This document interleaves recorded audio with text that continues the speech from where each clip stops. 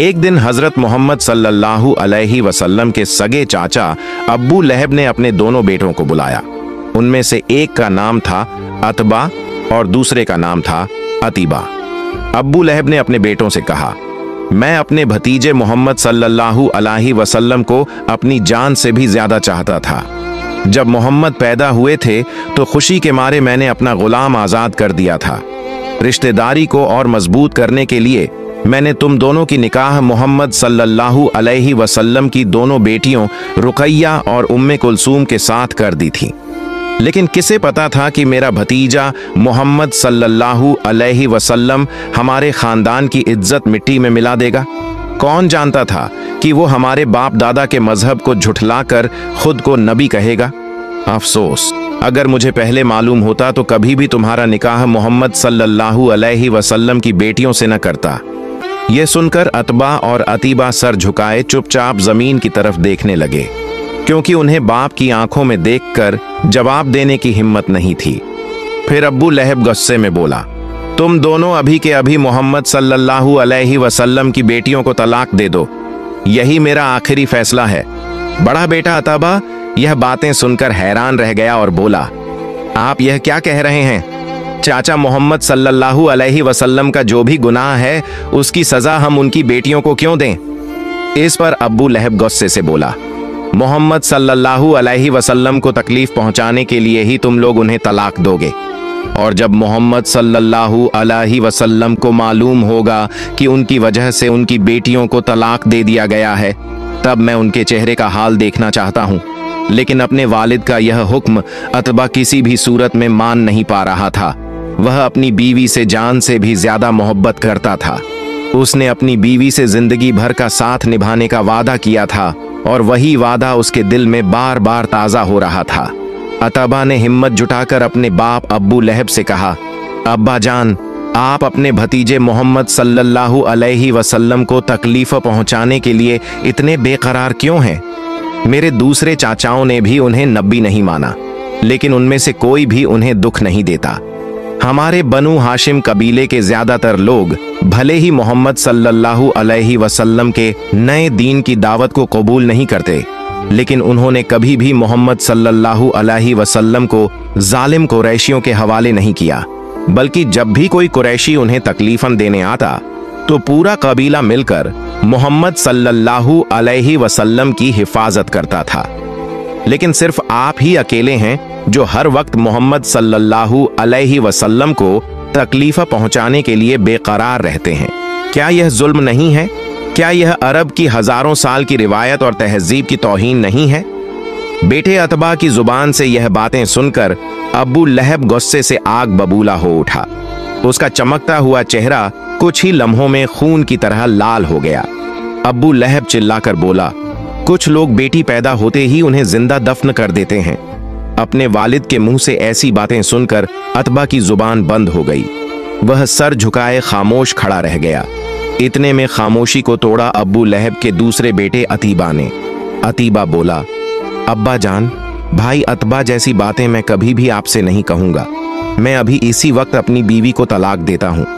फिर हुआ यह कि अतीबा ने उसी समय अपनी बीवी उम्मे कुलसूम को तलाक दे दिया और अपने वालिद वालिदा के दबाव में आकर अतबा भी मजबूर हो गया और उसने भी अपनी बीवी रुकैया को तलाक दे डाली। जब यह दर्दनाक खबर रसूल ए अकरम सल्लल्लाहु अलैहि वसल्लम तक पहुंची तो अपनी बेटियों के गम और तकलीफ से उनका दिल भर आया। उस दिन नबी के घर में मानो मातम सा छा गया था। रोने की आवाजें गूंज रही थीं चारों ओर, और यही तो चाहता था चाचा अब्बू लहब और उसकी बीवी उम्मे जमीगल। वो दिन रात रसूल और उनके घराने को सताते रहते, लेकिन फिर भी उनकी नफरत और जलन ठंडी नहीं होती थी। इसके कुछ ही वक्त बाद की बात है कि रसूल ए अकरम सल्लल्लाहु अलैहि वसल्लम की मुलाकात अब्बू लहब के बेटे अतीबा से हुई। रसूल पाक सल्लल्लाहु अलैहि वसल्लम को देखते ही अतीबा ने बेहूदगी और गंदी जुबान से गाली ग्लौज शुरू कर दी।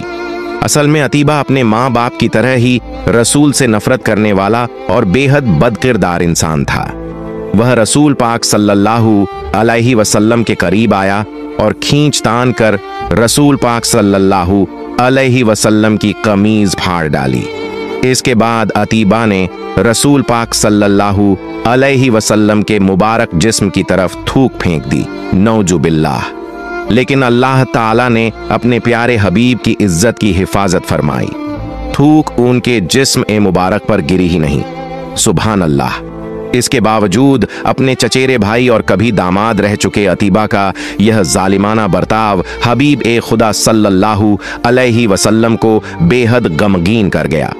उनकी बेटियों को तलाक दिए जाने का जख्म अभी दिल से सूखा भी न था कि अतीबा की यह दरिंदगी और बदतमीजी ने रसूल सल्लल्लाहु अलैहि वसल्लम को दिल से तकलीफ महसूस कराई।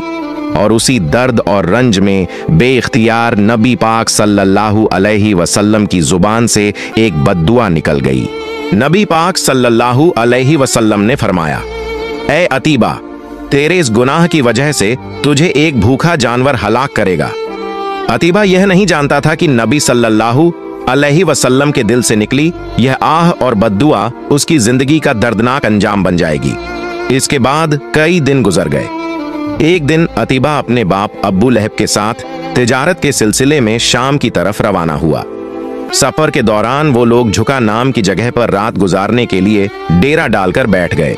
जब वहां के मकामी लोगों ने उन्हें देखा तो उन्होंने चेतावनी दी, यहां रात को खतरनाक जानवर घूमते रहते हैं, अगर तुम लोग सावधान न रहे तो तुम्हारी जान जा सकती है। इतना कहकर वो लोग वहां से चले गए। शाम ढलते ही अंधेरा गहरा आया और एक खूंखार शेर उनके डेरे के आसपास चक्कर लगाने लगा। यह मंजर देखकर अब्बू लहब और अतीबा दोनों की रूह कांप उठी। अचानक उनके दिल में नबी करीम सल्लल्लाहु अलैहि वसल्लम की वो बद्दुआ याद आ गई, एक भूखा जानवर तुझे हलाक करेगा। अतीबा कांपते हुए बोला, मोहम्मद सल्लल्लाहु अलैहि वसल्लम मक्का में बैठे बैठे ही मुझे मौत तक पहुंचा देंगे।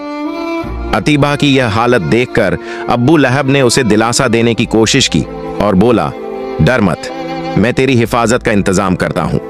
फिर अब्बू लहब ने फैसला किया कि अतीबा की सुरक्षा के लिए तंबू के चारों तरफ गोल घेरे में ऊंट बांध दिए जाए।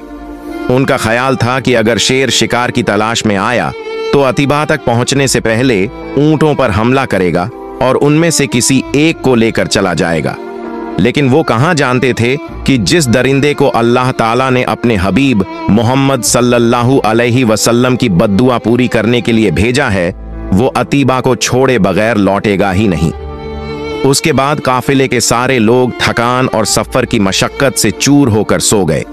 कुछ ही देर में सब गहरी नींद में डूब गए, लेकिन जान के खौफ से बेचैन अतीबा रात भर जागते रहने की कोशिश करता रहा।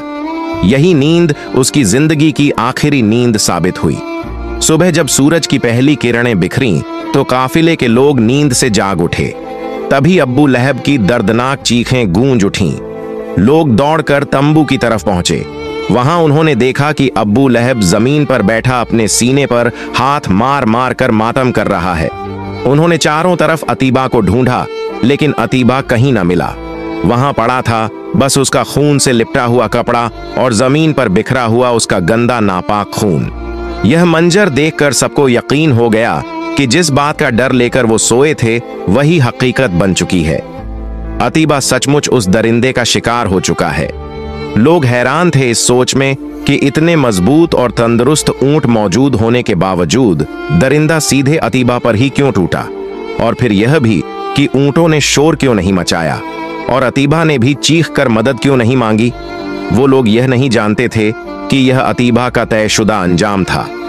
रसूलुल्लाह सल्लल्लाहु अलैहि वसल्लम के साथ दुश्मनी करने के बावजूद बहुत से कुरैश माफ कर दिए गए थे।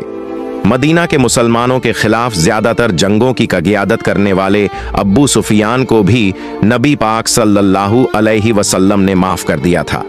इसी तरह अब्बू जहल के बेटे इक्रिमा के लिए भी रसूलुल्लाह सल्लल्लाहु अलैहि वसल्लम ने हाथ उठाकर अल्लाह से दुआ की और उसके लिए माफी तलब की। हालांकि वही इक्रिमा जंग का मुजरिम था और उसने नबी पाक सल्लल्लाहु अलैहि वसल्लम के अजीज सहाबियों का खून बहाया था। इसके बावजूद रहमतुल लिल आलमीन ने उसे भी माफ कर दिया। लेकिन अतीबा ने जो सुलूक नबी करीम सल्लल्लाहु अलैहि वसल्लम के साथ किया था, उसके लिए वो सीधे अल्लाह ताला के गजब का निशाना बना। अल्लाह ने उसके लिए जो दर्दनाक अंजाम मुकर्रर कर दिया था, वही उसे भुगतना पड़ा। और जब अल्लाह किसी को पकड़ लेते हैं तो कोई भी चालाकी या कोई भी तदबीर इंसान को नहीं बचा सकती। जब नबी करीम सल्लल्लाहु अलैहि वसल्लम मदीना की तरफ हिजरत कर रहे थे, उस वक्त बहुत से अजीब और हैरान कर देने वाले वाक़ियात पेश आए। जब रसूलुल्लाह सल्लल्लाहु अलैहि वसल्लम अपने अजीज सहाबी हजरत अब्बू बकर सिद्दीक रज़ियल्लाहु अन्हु के साथ गारे सौर में ठहरे हुए थे, तो कुरैश के लोग तलाश करते करते उसी गार तक पहुंच गए। उस वक्त हजरत अब्बू बकर सिद्दीक रज़ियल्लाहु अन्हु को यह खौफ हुआ कि कहीं यह लोग गार के अंदर न पहुंच जाए। उन्होंने अपनी फिक्र का इजहार रसूलुल्लाह सल्लल्लाहु अलैहि वसल्लम से किया, तो नबी पाक सल्लल्लाहु अलैहि वसल्लम ने उन्हें तसल्ली देते हुए फरमाया, ऐ अब्बू बकर, हम यहाँ सिर्फ दो नहीं हैं, हमारे साथ अल्लाह रब्बुल आलमीन भी हैं, वही हमारी हिफाजत करेंगे इंशाअल्लाह। इसके बाद एक करामती मंजर देखने को मिला। अल्लाह के हुक्म से एक मकड़ी ने गार के दरवाजे पर अपना जाल बुन दिया। जब दुश्मन वहां पहुंचे तो आपस में बोले, अगर इस गार में कोई दाखिल हुआ होता तो यहां मकड़ी का जाल कभी ना होता। इस तरह अल्लाह ताला ने अपने हबीब सल्लल्लाहु अलैहि वसल्लम की हिफाजत फरमा दी। रसूलुल्लाह सल्लल्लाहु अलैहि वसल्लम और हजरत अब्बू बकर सिद्दीक रज़ियल्लाहु अन्हु दोनों उस गार के अंदर मौजूद थे और बाहर से कुरैश की बातें साफ साफ सुन रहे थे। कुछ किताबों में हजरत अनस बिन मालिक रज़ियल्लाहु अन्हु से रिवायत है कि जब रसूल करीम सल्लल्लाहु अलैहि वसल्लम और हजरत अब्बू बकर सिद्दीक रज़ियल्लाहु अन्हु उस गार में थे और कुरैश वहां पहुंच गए, तो अल्लाह रब्बुल आलमीन के हुक्म से गार के मुहाने पर एक दरख्त उगाया। परिंदों ने उस पर घोंसला बना लिया और अंडे भी दे दिए। साथ ही एक मकड़ी ने अपना जाल बुन दिया। ये सब देखकर कुरैश आपस में बोले, अगर इस गार में कोई होता तो यहाँ यह सब कैसे होता? न दरख्त होता, न परिंदों का घोंसला और न मकड़ी का जाल। यही सोचकर वो लोग वापस लौट गए। रसूलुल्लाह सल्लल्लाहु अलैहि वसल्लम ने उस गार में कुछ दिन रात का क़याम फरमाया, फिर वहां से सफर जारी रखा। चलते चलते रास्ते में एक खेमे के पास पहुंचे। बाहर एक औरत बैठी हुई थी। यह थी उम्मे माबद रज़ी अल्लाह ताला अन्हा। उस वक्त तक उन्होंने इस्लाम कबूल नहीं किया था, लेकिन वो एक बहादुर और सच्ची औरत थीं। रसूलुल्लाह मोहम्मद सल्लल्लाहु अलैहि वसल्लम ने उम्मे माबद रज़ी अल्लाह ताला अन्हा के पास एक बकरी देखी।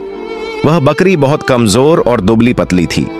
नबी पाक मोहम्मद सल्लल्लाहु अलैहि वसल्लम ने उम्मे माबद से पूछा, क्या यह बकरी दूध देती है? उम्मे माबद रज़ी अल्लाह ताला अन्हा ने कहा, यह बकरी इतनी कमजोर है, ये कैसे दूध दे सकती है?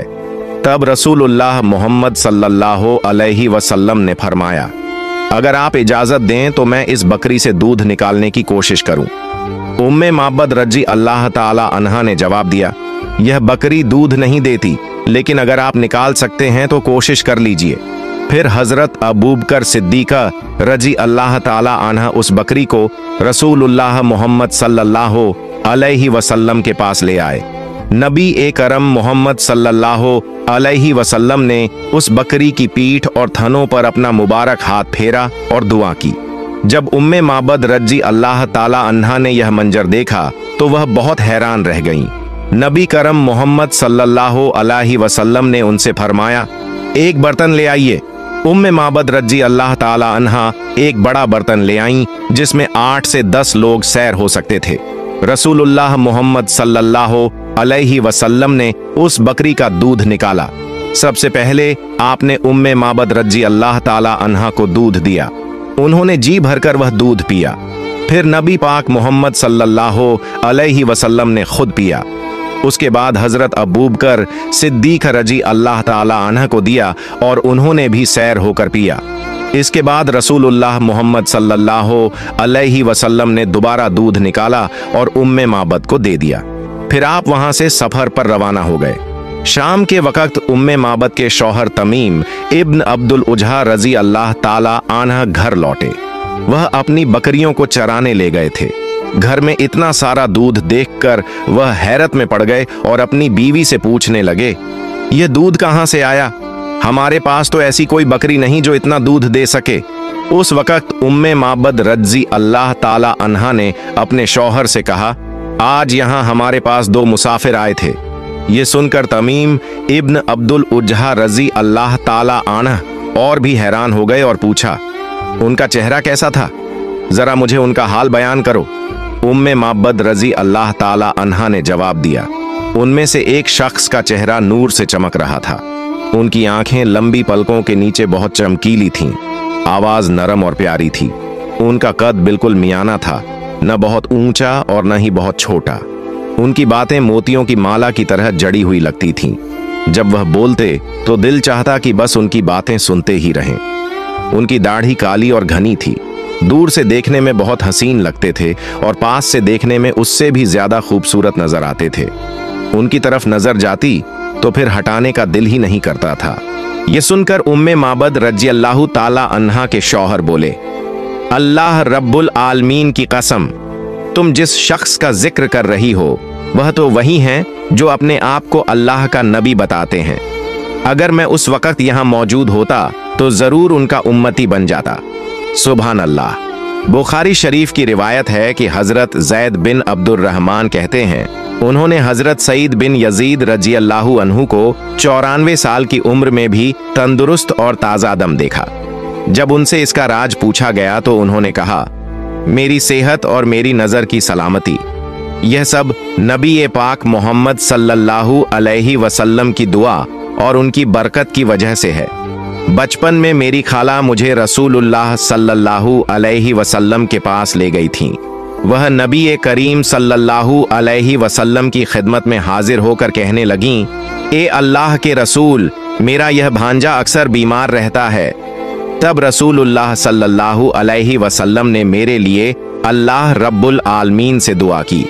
अल्लाह ताला की कसम, उस दिन के बाद से मैं कभी बीमार नहीं हुआ, यहाँ तक कि मुझे कभी बुखार भी नहीं आया, न सरदर्द हुआ और न कोई दूसरी बीमारी। सुभान अल्लाह। इमाम दारिमी रहमतुल्लाह अलैहि की रिवायत में आता है कि हजरत अनस बिन मालिक रजी अल्लाहु अन्हु बयान करते हैं, नबी करीम मोहम्मद सल्लल्लाहु अलैहि वसल्लम जुमे के दिन मस्जिद में एक खजूर के पेड़ के तने के सहारे खड़े होकर खुतबा दिया करते थे। एक दिन एक सहाबी रसूलुल्लाह सल्लल्लाहु अलैहि वसल्लम के पास आए और अर्ज किया, या रसूल अल्लाह, क्या मैं आपके लिए ऐसा कुछ तैयार कर दूं जिससे आपको खुतबा देते वक्त आराम मिले? नबी पाक मोहम्मद सल्लल्लाहु अलैहि वसल्लम ने इजाजत दे दी। फिर उस सहाबी ने 3 सीढ़ियों वाला एक मिंबर बना दिया। जब नबी करीम मोहम्मद सल्लल्लाहु अलैहि वसल्लम पहली बार उस मिंबर पर तशरीफ लाए तो वह खजूर का तना, जिससे आप सल्लल्लाहु अलैहि वसल्लम पहले सहारा लिया करते थे, जुदाई की वजह से जोर जोर से रोने लगा। मस्जिद में मौजूद तमाम लोग इस आवाज से परेशान और गमगीन हो गए।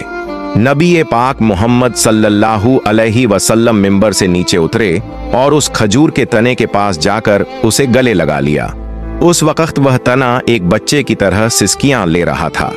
जब नबी करीम मोहम्मद सल्लल्लाहु अलैहि वसल्लम ने उस खजूर के तने को सीने से लगाया तो वह तना बिल्कुल सकून में आ गया। फिर आप सल्लल्लाहु अलैहि वसल्लम ने फरमाया, कसम उस जात की जिसके हाथ में मोहम्मद की जान है, अगर मैं इसे गले न लगाता तो यह कयामत तक इसी तरह रोता रहता। उसके बाद नबी पाक मोहम्मद सल्लल्लाहु अलैहि वसल्लम ने हुक्म दिया कि इस तने को मिंबर के नीचे दफन कर दो। चुनांचे उस खजूर के तने को मिंबर के नीचे दफन कर दिया गया। एक शख्स नबी करीम मोहम्मद सल्लल्लाहु अलैहि वसल्लम की खिदमत में हाजिर हुआ और उसने कहा, मैं कैसे यकीन करूं कि आप वाकई अल्लाह के रसूल हैं? नबी पाक मोहम्मद सल्लल्लाहु अलैहि वसल्लम ने फरमाया, अगर मैं उस खजूर के तने को बुलाऊं और वह मेरी आवाज पर लब्बैक कहकर मेरे पास आ जाए तो क्या तुम ईमान लाओगे कि मैं अल्लाह ताला का रसूल हूं? उसके बाद नबी करीम मोहम्मद सल्लल्लाहु अलैहि वसल्लम ने थोड़ी दूरी पर खड़े होकर उस खजूर के तने को आवाज दी। फौरन वह तना हरकत में आया और आकर नबी पाक मोहम्मद सल्लल्लाहु अलैहि वसल्लम के कदमों के पास झुक गया। फिर आप सल्लल्लाहु अलैहि वसल्लम ने फरमाया, वापस जाओ। तो वह खजूर का तना उसी वक्त वापस चला गया। यह मंजर देखकर वह शख्स दंग रह गया और उसी वक्त इस्लाम कबूल कर लिया। सुभान अल्लाह। प्यारे नाजरीन, आइए हम सब अहद करें, क्या हम नबी सल्लल्लाहु अलैहि वसल्लम के किरदार को अपनाएंगे, उनके अखलाक को अपनाएंगे, सीधे और सादा रास्ते पर चलेंगे और मौत के वक्त पाकीज़ा कलिमा पढ़ते हुए अपने रब के हुजूर हाजिर होंगे। अल्लाह रब्बुल आलमीन हम सबको यह तौफीक अता फरमाए, आमीन। प्यारे दोस्तों, अगर आपको मेरी वीडियो पसंद आई हो तो मेरी वीडियो को लाइक करें और मेरे चैनल को सब्सक्राइब करें। मिलते